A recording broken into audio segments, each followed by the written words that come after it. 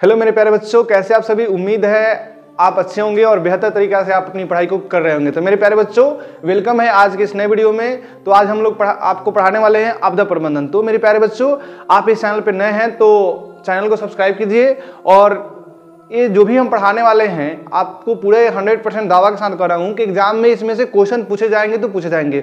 और हर एक साल एक बिहार बोर्ड पूछता है, ऑब्जेक्टिव से लेकर सब्जेक्टिव तक।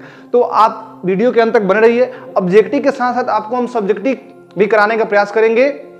चलिए हम लोग बढ़ते हैं प्रश्न संख्या 1 की तरफ। तो मेरे प्यारे बच्चों, प्रश्न संख्या 1 क्या है कि सबसे पहले मेरे प्यारे बच्चों, आपदा क्या है। आपदा तो कहने का मतलब है कि वैसी घटना जिससे कि मनुष्य की, जीव जंतु की, माल जाल की काफी क्षति हो, आपदा कहलाती है। कोई भी चीज हो, कुछ कैसी भी घटना हो और मनुष्य के साथ साथ जीव जंतुओं की भी नुकसान हो तो उसे क्या कहते हैं, आपदा कहते हैं।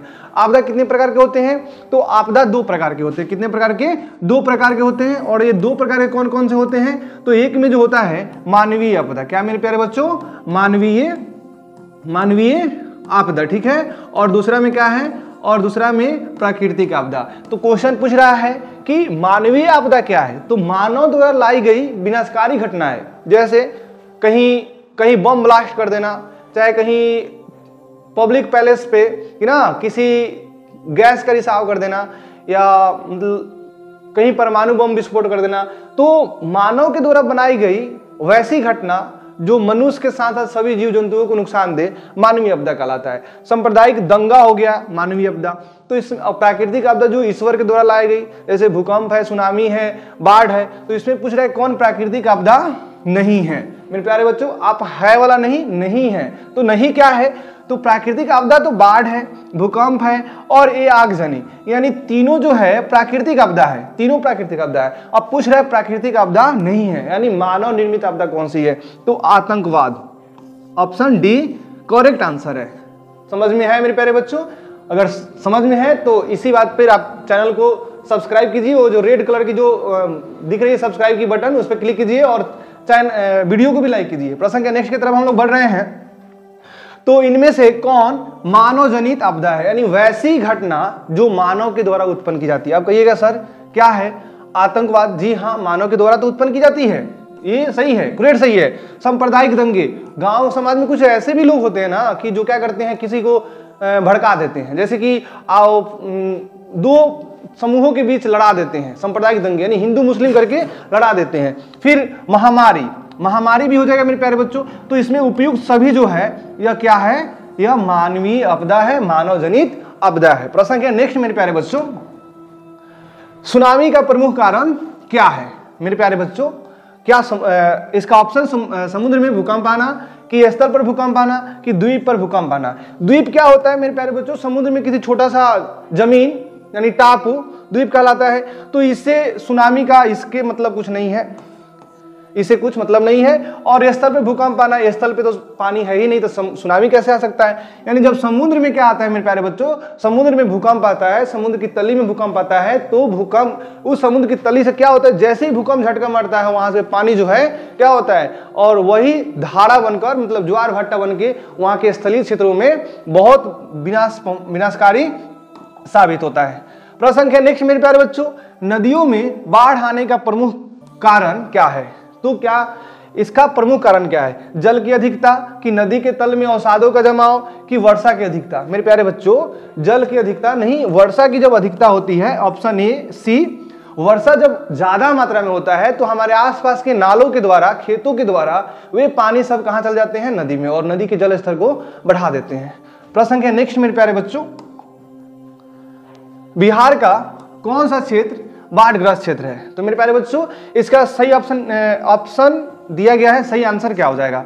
तो क्या पूर्वी बिहार, क्या दक्षिणी बिहार, क्या पश्चिमी बिहार, क्या उत्तरी दक्षिणी बिहार। तो मेरे प्यारे बच्चों, उत्तरी दक्षिण बिहार जो है इसमें अधिकांशतः क्या होता है, मतलब बाढ़ आते रहती है।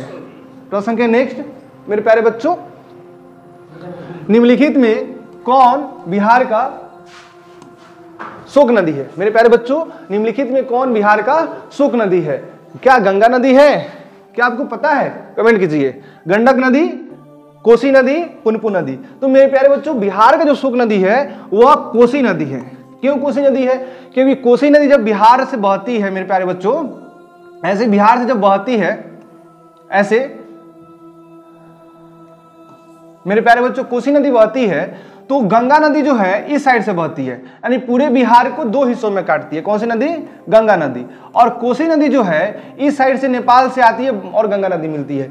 तो इसका जो है ना, ये जो हिस्सा है कोसी नदी का, ये कभी इधर से बहने लगती है तो कभी इधर से बहने लगती है, यानी ये हमेशा अपना मार्ग परिवर्तन करते रहती है। और मार्ग परिवर्तन के कारण ही कोसी नदी में 2008 ईस्वी में, कब? 2008 ईस्वी में इस वाले हिस्सा में क्या आया था? भयंकर जो बाढ़ आई थी, बहुत भारी बाढ़ आई थी और यहाँ के लोगों की जान माल की काफी क्षति पहुंचाई थी। इसलिए बिहार का शुक नदी यानी जब भी आती है पानी लेकर तो समझ लीजिए कि दुख का घर ही ला देती है। इसलिए बिहार को क्या, सॉरी, कोसी नदी को क्या बोलते हैं? बिहार का शुक नदी।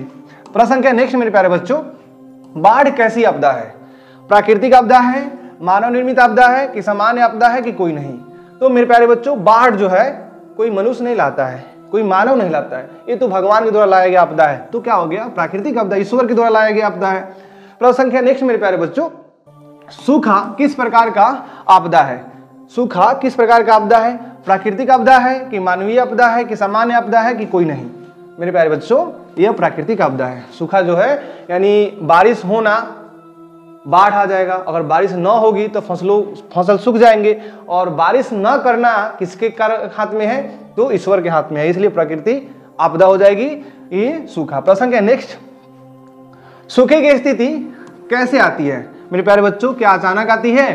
पूर्व सूचना के अनुसार आती है। क्या सूखा पूर्व सूचना देके आती है कि हम आ रहे हैं, आप तैयार हो जाइए, कि ना धीरे धीरे आती है कि कोई नहीं? तो मेरे प्यारे बच्चों सूखे जो है अचानक आती है। क्या आती है? अचानक। अगर धीरे धीरे आती तो लोग को पहले ही पता चल जाता कि हाँ सूखा पड़ने वाला है, तो वे लोग झील में या तालाब में अपने पानी को स्टोर कर लेते। अचानक आती है जैसे कि कई लाख हेक्टेयर भूमि को ना सुखो देती है। प्रश्न के नेक्स्ट मेरे प्यारे बच्चों, सूखे के लिए जिम्मेवार कारक क्या है?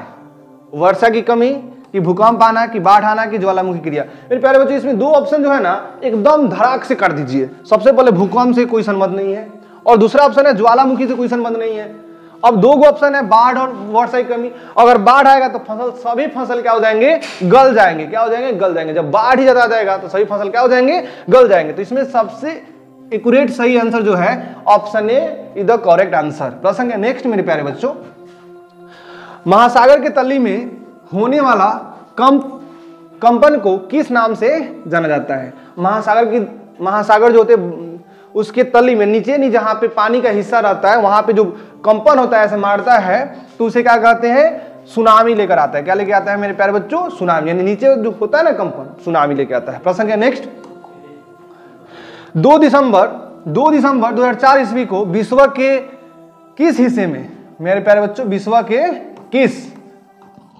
किस हिस्से में भयंकर सुनामी आया था? तो यह भारत में आया था। और भारत में कहां आया था? तो ये भारत में बंगाल की खाड़ी जो है, बंगाल की खाड़ी में भयंकर सुनामी आया था 2004 ईस्वी को। और 2004 ईस्वी को इतना भयंकर सुनामी आया था कि अंडमान और निकोबार द्वीप समूह जो भारत का हिस्सा है उसके चपेट में आया था। और उस समय एक भारत का दक्षिणी पॉइंट था इंदिरा पॉइंट। कौन था? इंदिरा पॉइंट, जो पूर्ण रूपेण जो था विलुप्त हो गया। क्या मेरे प्यारे बच्चों? वह डूब गया। प्रश्न क्या नेक्स्ट, भारत में विनाशकारी भूकंप कब आया था? कब आया था मेरे प्यारे बच्चों? और यह भारत में ही नहीं, इसका मुख्य केंद्र कहां था? बिहार में। कहां मेरे प्यारे बच्चों? मुख्य केंद्र जो था वह कहां था? बिहार में। और बिहार में वह भारत के साथ साथ बिहार का भी सबसे बड़ा भूकंप था। और कब आया था? 1934 ईस्वी में। और 1934 ईस्वी में जब भूकंप आया था तो बिहार के लोगों को बहुत तबाही लाया था। कहीं बहुत जगह जमीन धंस गई थी, कहीं से बहुत सारे धूलकण निकल चुके थे कि ना, बहुत सारे लोगों के मकान उसमें धंस गए थे। तो सबसे बड़ा भूकंप कब आया था? 1934 ईस्वी में, जो ऑप्शन डी एकदम सही है। प्रश्न के नेक्स्ट मेरे प्यारे बच्चों, सूखे से बचाव का एक मुख्य तरीका क्या है? सूखा से बचने के लिए क्या कर सकते हैं? बाढ़ लाना चाहिए? नहीं मेरे प्यारे, बाढ़ तो लाना ही नहीं चाहिए। वर्षा जल संग्रह करना चाहिए कि नदी की धारा को मोड़ना चाहिए? नदी को धारा को मोड़ना चाहिए कि इनमें से कोई नहीं? मेरे प्यारे बच्चों इनमें से तो है नदी की धारा को नहीं मोड़ना चाहिए, क्योंकि नदी अपना वास्तविक मार्ग से बहती है। अगर नदी के मार्ग में हम लोग छेड़छाड़ करेंगे तो नदी एक दिन अपना विकराल रूप धारण करके उस आसपास के गांव के या शहरों को ना डुबोती रहेगी, हर साल उस बाढ़ के चपेट में लेती रहेगी। तो नदी के मार्ग में मोड़ना ये तो गलत है।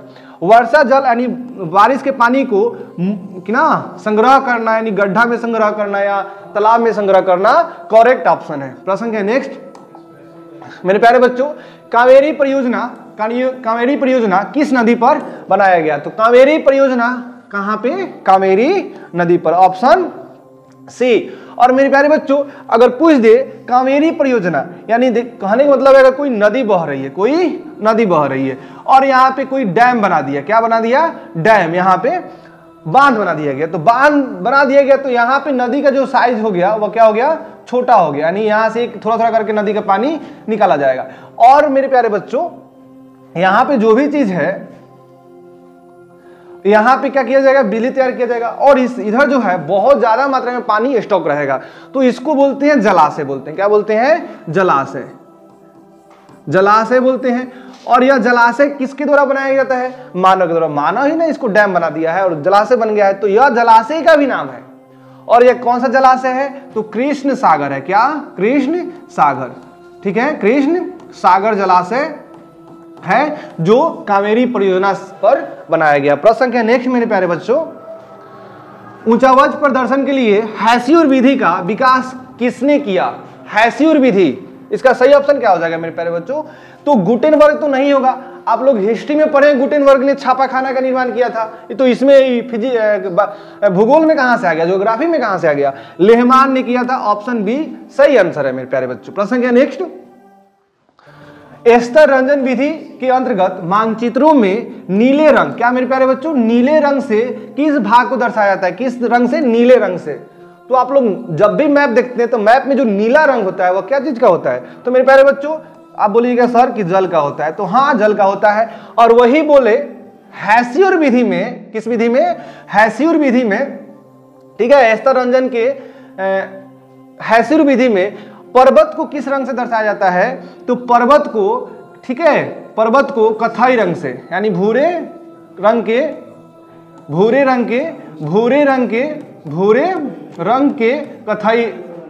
के कथाई कलर, कथाई यानी कथाई रंग से पर्वतों को दर्शाया जाता है। और वही बोले बर्फीले क्षेत्रों को किससे दर्शाया जाता है? तो बर्फीले क्षेत्रों को सफेद, किससे मेरे प्यारे बच्चों? सफेद। तो अगर आप भी मैप देखते हैं और मैप में कोई सफेद चीज दिखाई दे रहा है तो समझ लीजिए आपकी वह क्या है? या बर्फीले क्षेत्र है। और जो नीला कलर की दिखाई दे वह जल है। और मैदान को बोलिएगा सर, तो मैदान को हरा रंग से दर्शाया जाता है। तो इसका सही ऑप्शन क्या हो जाएगा? डी। प्रश्न के नेक्स्ट मेरे प्यारे बच्चों, भारत को कितने भूकंपीय जोन में बांटा गया है? मेरे प्यारे बच्चों भारत को कितने भूकंपीय जोन में बांटा गया? तो ऑप्शन डी जो है करेक्ट आंसर है। पांच भूकंपीय जोन में बांटा गया है। प्रश्न क्या नेक्स्ट मेरे प्यारे बच्चों, भूकंप के समय उठने वाले कंपन कितने प्रकार के होते हैं? तो क्या भूकंप के समय उठने वाले जो कंपन होते हैं वह 3 प्रकार के होते हैं। कितने प्रकार के होते हैं मेरे प्यारे बच्चों? 3 प्रकार के। और 3 प्रकार के कौन कौन होते हैं? तो पी तरंग होता है, एस तरंग होता है और एल तरंग होता है। कितने तरंग होते हैं? 3 तरंग। और पृथ्वी पर सबसे पहले तरंग कौन सा आता है? पी तरंग। यानी पृथ्वी पर सबसे पहले भूकंप की झटका जब हम महसूस करते हैं तो उसकी जो तरंग होती है वह पी तरंग, उसके बाद एस तरंग आती है और उसके बाद 3 नंबर में एल तरंग आती है। एल तरंग जो है सबसे विनाशकारी तरंग है। क्या मेरे प्यारे बच्चों? सबसे लास्ट में आती है और सबसे विनाश लाती है। सबसे क्या लाती है मेरे प्यारे बच्चों? विनाश लाती है। ठीक है, अगर क्वेश्चन पूछे कि सबसे विनाशकारी तरंग कौन सी है तो एल तरंग इज द करेक्ट आंसर। प्रश्न के नेक्स्ट मेरे प्यारे बच्चों पूछ दिया क्वेश्चन, भूकंप से पृथ्वी की सतह पर पहुंचने वाली सबसे पहले तरंग को किस नाम से जाना जाता है? किस नाम जाना जाता है? इसका आंसर आप कमेंट में अभी कमेंट में बताइए। प्रश्न के नेक्स्ट मेरे प्यारे बच्चों, मलबे के नीचे दबे हुए लोगों को पता लगाने के लिए किस यंत्र की मदद ली जाती है? तो क्या दूरबीन की? दूरबीन से देखेंगे हम लोग नीचे तो दिखाई ही नहीं देगा। तो हेलीकॉप्टर से देखेंगे तो हेलीकॉप्टर तो बाढ़ में देखा जाता है, हेलीकॉप्टर की सहायता से। टेलीस्कोप की सहायता से नहीं हो जाएगा, हेलीकॉप्टर की सहायता से नहीं होगा, दूरबीन की सहायता से नहीं होगा। आपका ऑप्शन बचा infrared camera. This is the correct option. प्रश्न। तो मेरे प्यारे बच्चों आज के लिए इतना ही। आपको यह वीडियो कैसी लगी कमेंट में अवश्य लिखिए, और साथ में यह जो प्रश्न था मेरे प्यारे बच्चों 101, और यह पार्ट वीडियो 4 है। अगर पार्ट 1 और 2 और 3 नहीं देखे हैं तो लिंक डिस्क्रिप्शन में है, उस पर क्लिक कीजिए और सारे क्वेश्चन को देखिए। और इतना कंफर्म कर रहे हैं, दावे के साथ कर रहे हैं कि अगर इसको पढ़ लिए आप तो समझ लीजिए कि आपके मैट्रिक में भूगोल के क्वेश्चन एक भी नहीं छूटेंगे ऑब्जेक्टिव। तो जब तक लिए इतना ही, मिलेंगे नेक्स्ट वीडियो में। जय हिंद, जय भारत।